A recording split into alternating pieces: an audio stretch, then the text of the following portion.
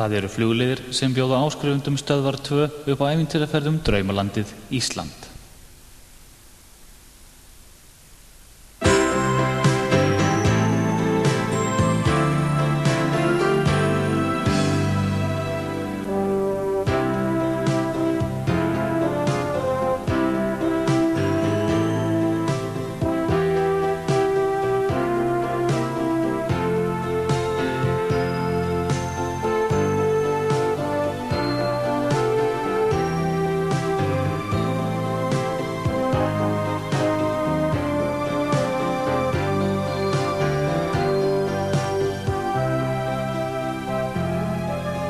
Mikið óskaplega hlýtur maður eins og landgræðslustjóri Íslands að eiga sér mörg draumalönd þar sem hann dreymir verndun stórbrotinna náttúru og gróðurlendis.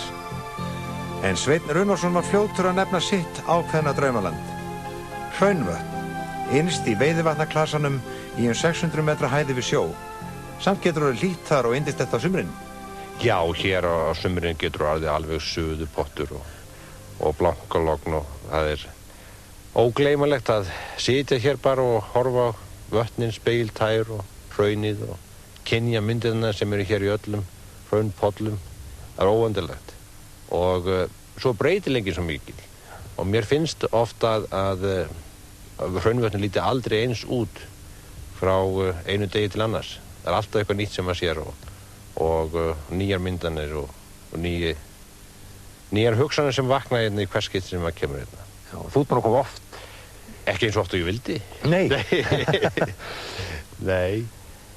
En það er talið að þetta svæði hafi fengið núverandi mynd sína og yfirbragð í miklu gosi 1480. Það er að segja að þá var geysilega mikil sprengigos og vikur gos hér úr langri gígaröð og hérna allt í kring eru þessar geysilega svörtu eyðimörkur sem að ég til að eigi vera á það áfram. Það er engin hætt á því að við förum að reyna að græða þessa eyðimörk hér í kring. Þetta á að vera svona.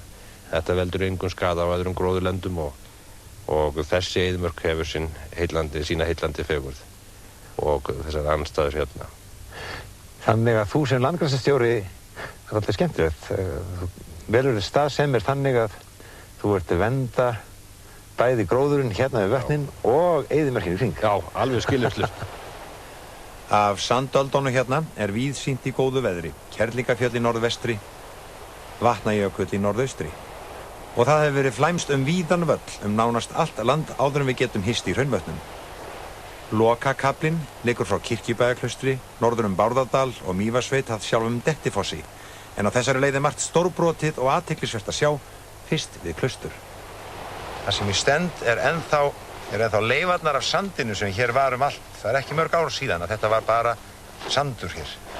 En þetta er glæsilegt dæmi það sem landgræðslan getur gert. Þetta svæði hér. Nú er komið svo mikið gras hérna að það með verið sig að fara að leggjast hérna lengra. Það þarf að flýta sér að slá þetta ef þetta á ekki að leggjast.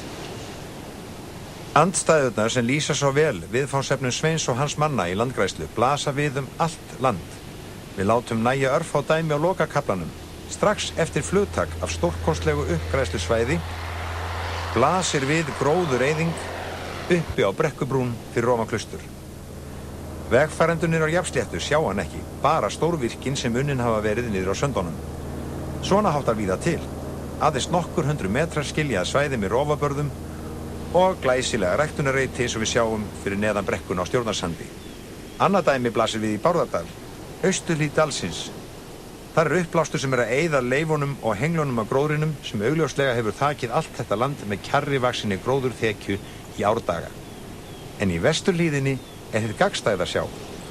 Þar heldur þéttur skógur velli, fallegt dæmi það sem vel er gert og hægt er að gera í þessum málum. Manni dettur nú stundum í huga þegar landgræðslustjóri svífur inn í Draumalandi á kvöldin þá sé hann fljótari að sofna við að lygna augunum og sjá í huga sér og telja kindur að stökkva yfir landgræðslugirðingu. En nú skulum við koma austur fyrir Mývatn til að skoða svonefndan Nautadal milli Námaskarðs og Kröflu og síðan svæði suður af svonefndri Grænulág á leið okkar að sjálfum Dettifossi. En fyrst verður okkur staðsýnt á afgirtan reit við veginn milli Reykjahlíðar og Bjarnarflags. Þarna má sjá dæmi samvinnuverkefni, landeiganda og landgræðslu sem þegar farið að hrinda í framkvæmd, þar sem bændur leggja sitt af mörkum og landgræðslan leggur á móti í púkkið. En dæmi eyðingaröflin stinga í augun hér rétt fyrir austan. Flestir kannast við götuna Skógarhlíð í Reykjavík sem slökkvistöðin stendur við. En hér hinn eiginlega Skógarhlíð í Mývatnssveit. En eins og við sjáum þá lítið eftir að skóginum. Raunar orðið lítið eftir af þessari hlíð yfirleitt. Og áfram höldum við Námaskarð og beygjum þar til norðurs eftir svonefndum Nautadal. Þetta örnefni segir sína sögu eins og Skógarhlíðin. Í Nautadal hafa væntanlega verið beitilönd fyrir naut, en ekki lengur, eins og sjá má. Gróðurlendið sem einhvern tímann hefur verið í botni dalsins hefur orpist sandi sem sækir hart að rofabörðunum í hlíðum þessa litla en áhrifamikla eyðidals. Vegna þess að undir gróðurþekjunni á þessum slóðum eru laus og létt efni eldfjallasvæðanna þessi sandur ákaflega laus í sér og fokgjarn og það gerir eyðingarmátt hans enn meiri en ella. Nyrst í dalnum blasir við áhrifamikil sjón. Sandalda eða tunga svipuð þeim sem maður þekkir af myndum úr Sahara. Dalurinn sem sé ekki enn allur glataður eða hvað. Héðan að sjá virðist hann grænn og styrkur gróður blasa við þarna framundan. En það ekki allt sem sýnist. Þegar rýnt í svörðin sést að hann allur sandi orpinn og mun kaffærast og gróðurinn kafna með tímanum verði ekkert að gert og þessari sandöldu leyft að vaða hér yfir. Og þegar við höldum áfram sjáum við fleiri staði sem svipað háttað Við ætlum að staldra við rétt sem snöggvast á leið okkar austur að Dettifossi. Það rindlist í dag. Hér steikjandi hiti þó við séum upp á hálendi og þetta stórkostlegt umhverfi hérna, gróðri vafið. Hér þurfum við ekki að hafa neinar áhyggjur, heldur aðeins að njóta augnabliksins. Eða hvað? Lítum aðeins betur á þetta land hérna sem við horfum yfir. Þetta gróið að mestu eins og við sjáum. Og þá ekki allt í lagi með það? Nei, þvert á móti. Það ótrúlega þess rætt. Við erum stödd á svæði þar sem mælst hefur hraðasta framskrið á gróðureyðingu hér á landi. Ef við lítum hérna aðeins inn eftir, þá sjáum við hvað að gerast hérna. Þetta fjallir eilífur sem hérna í baksýn, en sjáum við þarna þetta ljósgræna. Það melgresi sem landgræðslan að sá. Þetta víglínan.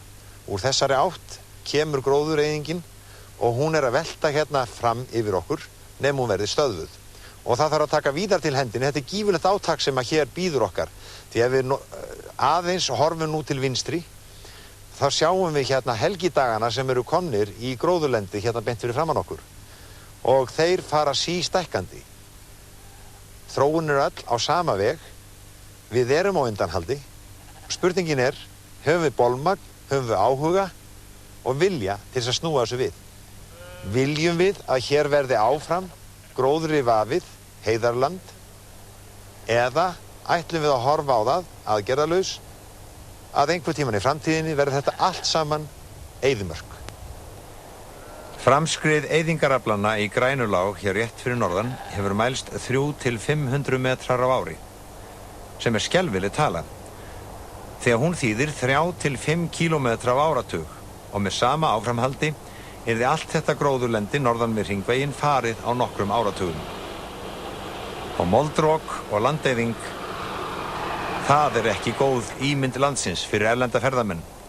2 Finnar á reiðhjólum og leið til konungs íslenska fossa fá aldeilis að finna fyrir því.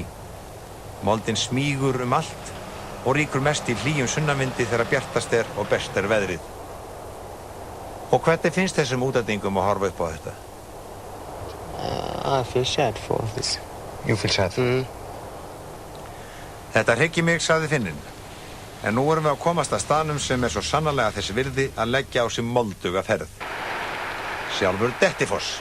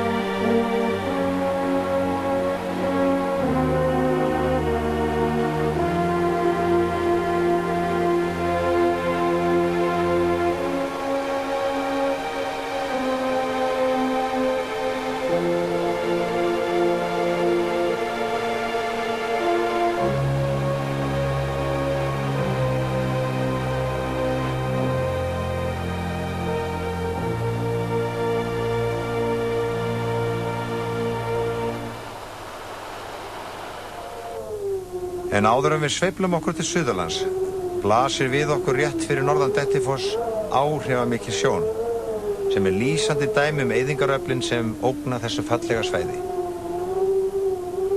Rætur gróðursins eru svo beinagrindur, sem liggja eins og hráviði niður úr leifum gróðurþekjunnar. Þetta eins og að ganga inn í rústir af borg sem hefur orðið fyrir loftárás. Við sjáum vel hvað gróðurþekjan hefur verið þykk og öflug áður en rofið hefur náð að brjótast undir hana og eyða henni neðanfrá, en sá leikur auðveldur vegna þess að undirstaðan laus eins og hveiti, laus eldfjallajarðvegur. En nú sveiflum við okkur í loftið á suðurleið á vit Sveins Runólfssonar. Í leiðin þó erfitt að stilla sig að líta á einn stað sem táknað fyrir gróðurverndarmál, sjálfa Þingvelli. Vatnið þarna til hægri, vellirnir. Þarna stóðu menn á þjóðhátíð 1974 og hétu þjóðinni því að hún gæfi sjálfur sér þjóðargjöf í landgræðslu.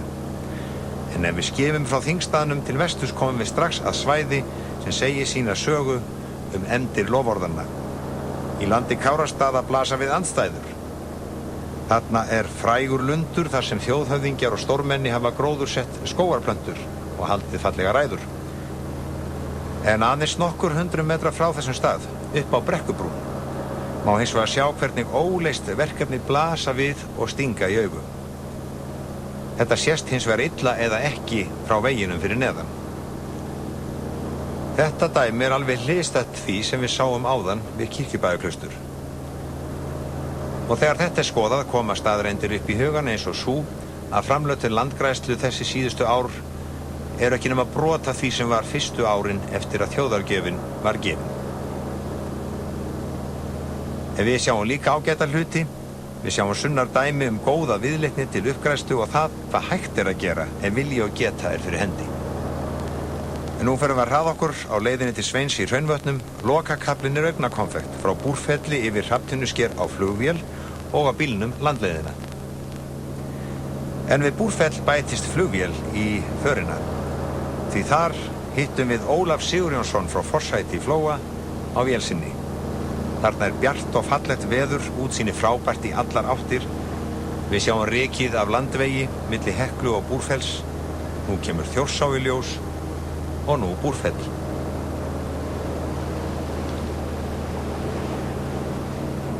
Hérna verður því stefnumót tveggja flugvéla og þar með aukast möguleikar til myndatöku.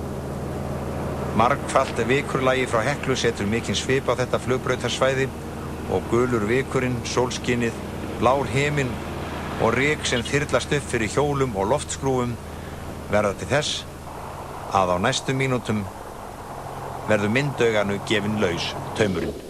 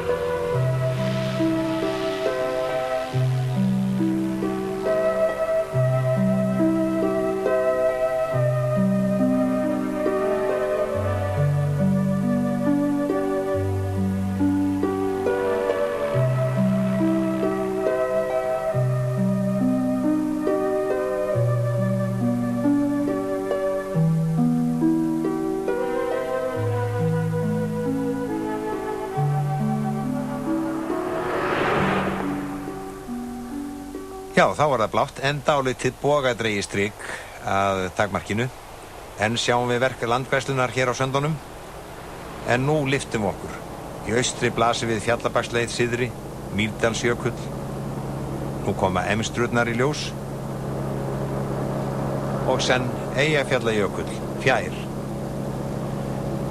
Við erum á sveimi yfir einhverju litskrúðugasta svæði landsins við fjallið Hrafntinnusker. Lítum okkur nær. Hér vestur af Torfajökli er eitthvað öflugasta háhitasvæði landsins. Til suðvesturs blasir Markarfljót við og Tindfjallajökull, en í austri hið óviðjafnalega jökulgil með hundruðum smágilja við rætur Torfajökuls. Hér er landið allt sundur soðið af hverum og jarðhita með útfellingar í öllum regnbogans litum í ótal giljum og dölum. Fjölbreytnin í litum og landslagi er með ólíkindum á þessu svæði, en hér liggur vinsæl gönguleið milli Landmannalauga og Þórsmerkur sem kölluð er Laugavegur.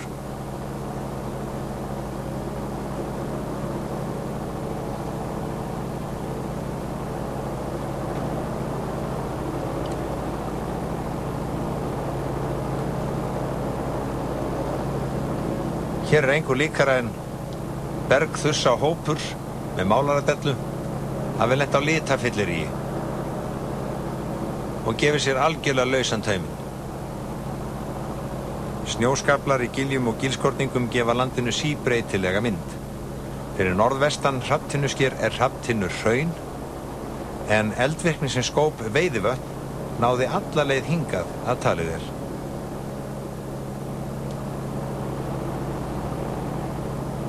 Mestu hverasvæðin eru norðvestan í Hrafntinnuskeri og svo nefndir háu hverir norður af Kaldaklofsfjöllum. Þetta er ekkert síður af vetrarlagi.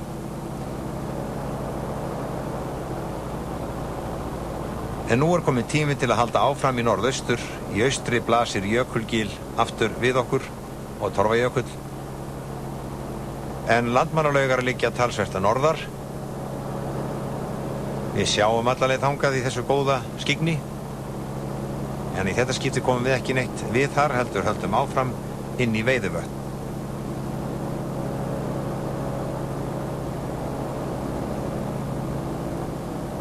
Enn er Ólafur í forsæti í för með okkur. Það er flugbraut inn í Veiðivötnum. Þetta er hrikalegt landslag á leiðinni, af nógu að taka. Og inn í Veiðivötn er vel fært fjórdrifsbílum.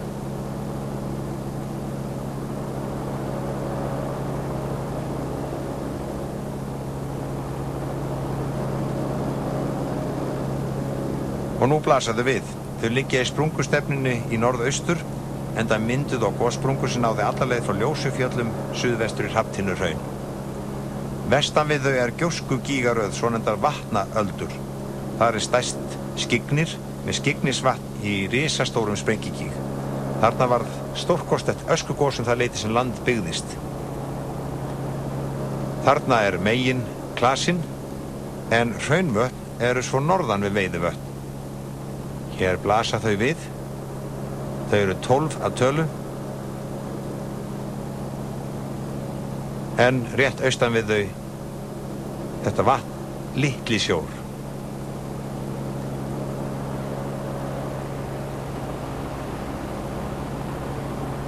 Þetta svæði sem við erum að fara á, Veiðivatnasvæðið, er engin smá smíði, þannig að við skoðum það ekki til neinna hlítar. Það er 20 kílómetra langt og 5 kílómetra breitt.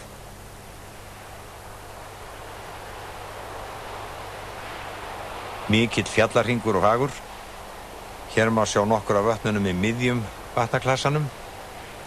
Meðal þeirra má nefna Skálavatn, Langavatn og vatn með því skemmtilega nafni Ónýtavatn.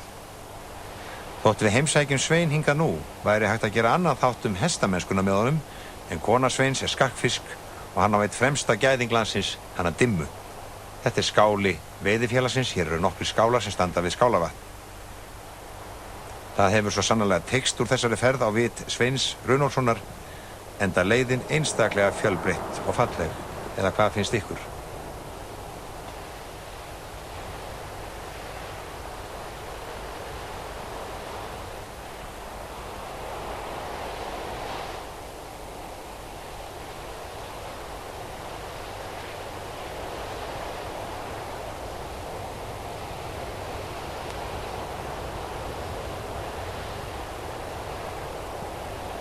Jæja, þá höfum við hitt Svein og við ökum með honum þetta svæði og njótum útsýnis sem nær allt inn á Vatnajökul þar sem hæst ber og við munum líka gæta liljum vallarins sem svo má að orði komast. Við höfum verið að ferðast með hann með okkur í andanum fram að þessu. Hann hefur farið víða landið. En maður spyr, hvers vegna velur svo víðförull maður þennan stað, Hraunvötn?